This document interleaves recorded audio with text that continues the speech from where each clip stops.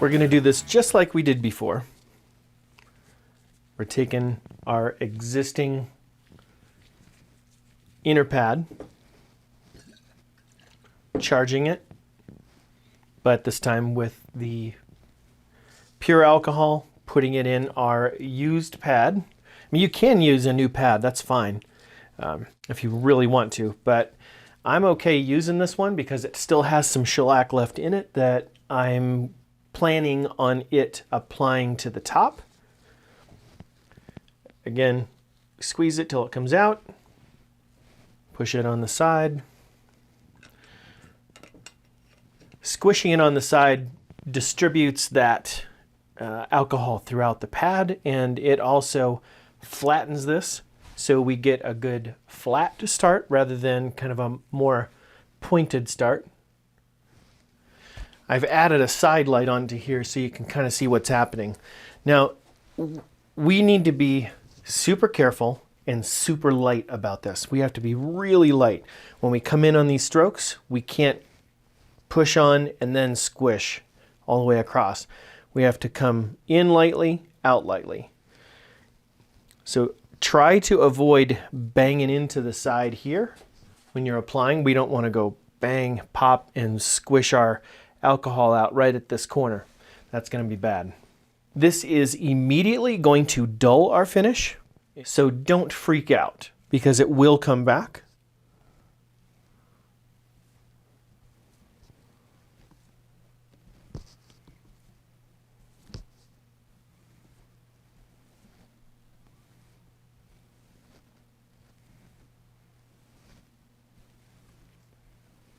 Really lightly. And this charge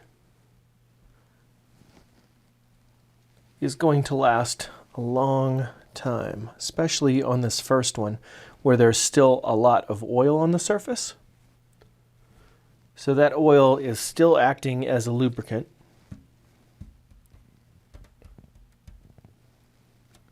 It's a little tacky. I'm going to give it a second. So remember, this is pure alcohol. If we set this down anywhere on it, put too much on, it's going to eat a hole in everything that we've just done. Again, bad. Not good. All right. There we go.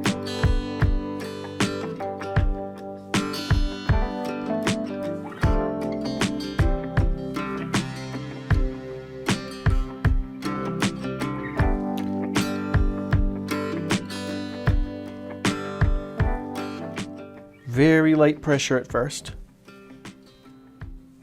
And you will find that once this does dry out, we can apply more and more pressure to it.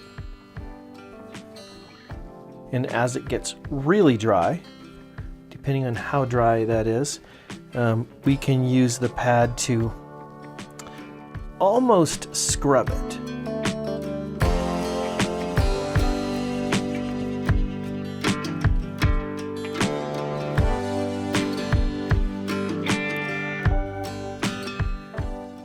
We don't have to keep track of how many trips across we're taking because we are just really doing it until it dries out. And ooh, man, I can see the I can see the vapor trail on this one. It's just so fast because we don't have any shellac in it other than what's in here to slow down that vapor trail.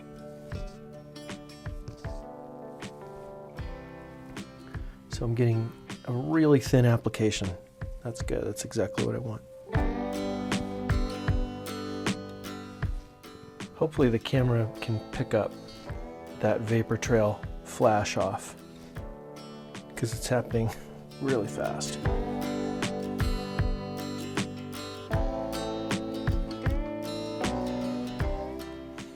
And I am still not really putting any pressure on this at all. I'm getting all this from my first charge.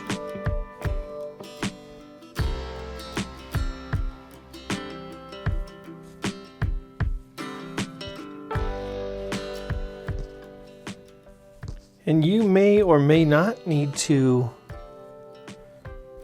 make multiple charges. Typically 3 to 5 charges is sufficient. Sometimes you can get away with 1, depending on how much oil you've put down. That's really one of the biggest factors in how well this spiriting off works. How much oil did you use? Did you use a lot? It's going to take more spiriting off. And if you used a little bit, if you were able to get a nice compact burnish in your polishing stages earlier, in your leveling stages, then this might not take very long. Maybe you can get away with 1 or 2. But 3 to 5 is not unheard of.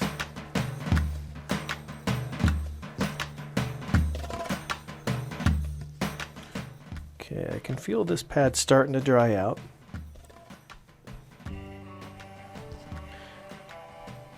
And I'm getting a little less haze in here, so it's clearing up a little bit.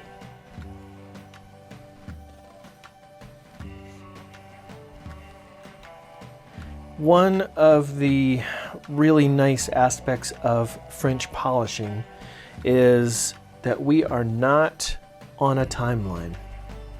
You have all the time in the world that you can afford. If you need to stop, you can stop. If you need to go back, you can go back.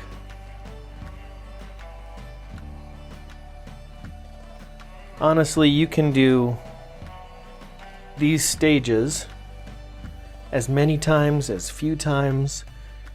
You can go back, you can start over, you can pick up where you left off the next day. I mean, it's so flexible. And if you're using grain alcohol, just the contact and the vapors aren't going to kill you, which are always a bonus. Okay, now I'm really starting to feel this dry out, and I'm going to be able to apply more pressure to it. Yeah, and I'm seeing a lot less clouds, so that means I'm starting to actually burnish this. So I'm going to use a little bit more pressure. That more pressure is going to squeeze out more alcohol, so do be careful, because there's still enough alcohol left in this pad to do damage if you stay in one spot too long. And if you really like the traditional methods, if you want to be old school, you can certainly skip the sandpaper in our leveling phase and do this spiriting off process. It essentially does the same thing,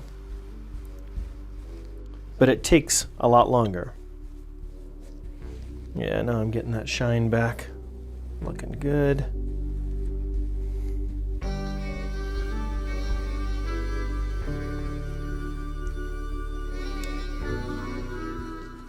Remember, the goal of this is to get the oil off and get our shine back.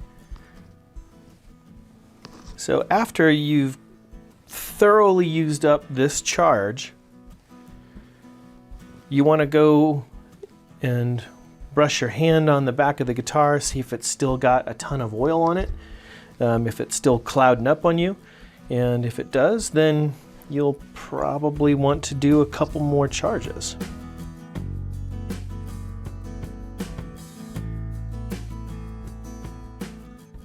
And you can probably hear I'm really kind of putting a lot of pressure on. I'm really getting into it.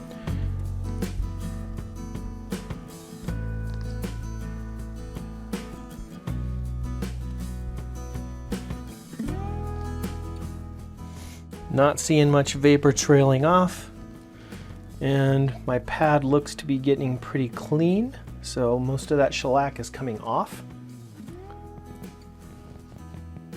Can still feel a little bit in there, so I'm not done yet. Still some moisture in there.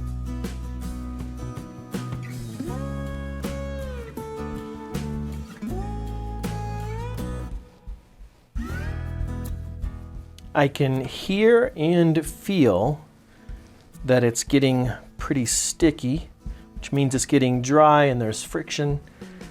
Not so much that it's causing undue heat, but I can really tell that it's doing a good job polishing. And it may even be shinier than before. Okay.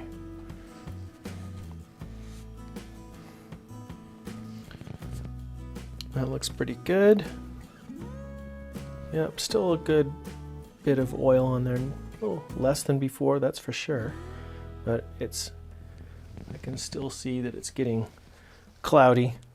So I'm gonna charge this again and do another spiriting off and see where I'm at after that. I have now done my third spiriting off charge and cycle, I guess. And the shine is back. There is not a lot of oil left on the surface. I could do one more, but I'm going to wait because in a day or two, I'm going to have a little cloudiness come back. And so I need to spirit off then anyway. So I am going to leave it as is and be done with the back on the spiriting off after 3 charges, 3 cycles of spiriting off. There's just a little bit of oil left if I put my finger on it. Not much, just a little tiny bit. So I am gonna let that come back because it's almost inevitable that a day or two later, some of that oil seeps back up to the surface, and I'll just take it off then.